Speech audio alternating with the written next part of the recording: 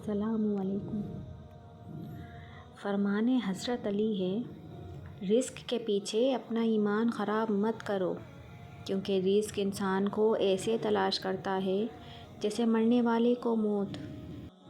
اللہ کو بھول گئے لوگ فکر روزی میں، تلاش رزق کی ہے رازق کا خیال ہی نہیں۔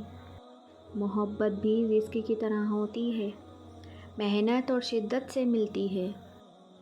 امیر المومنین علی علیہ السلام نے فرمایا، رزق سخاوت میں پوشیدہ ہے، لیکن لوگ اسے محنت میں تلاش کرتے ہیں۔ جب رزق کے پودے کو شکر کا پانی ملتا رہے تو مفلسی کی غذا تو بس برائے نام ہوا کرتی ہے۔ جو اللہ کے دیے ہوئے رزق کو کافی سمجھے، وہ زندگی میں کبھی کسی کا محتاج نہیں ہوتا۔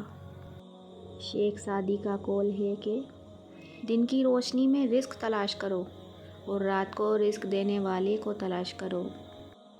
جب تمہارے رزق میں تنگی محسوس ہو تو غور کر لیا کرو کہ ماں باپ کے لیے دعا کرنا چھوڑ تو نہیں دی ہے۔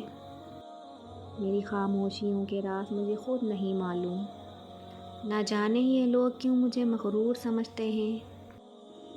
دلوں کی عمارتوں میں کہیں بندگی نہیں، پتھر کی مسجدوں میں خدا ڈھونڈتے ہیں لوگ۔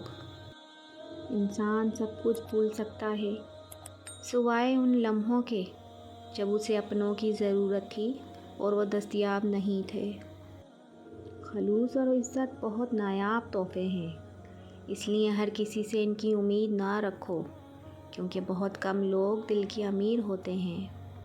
میں لفظوں میں کیا لکھوں اس رب کی تعریف میں، جو نہ مانگوں تو نواز دیتا ہے اور جو مانگ لوں تو بے حساب دیتا ہے۔ تم لوگ ایک دوسرے کے رزق پر نظر مت رکھو، کیونکہ اللہ سے بہتر کوئی تقسیم کرنے والا نہیں۔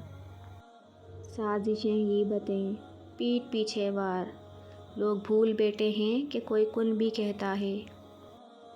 کسی سے تعلق بھی رزق کی طرح ہوتا ہے، بدنیتی آ جائے تو برکت اٹھ جاتی ہے۔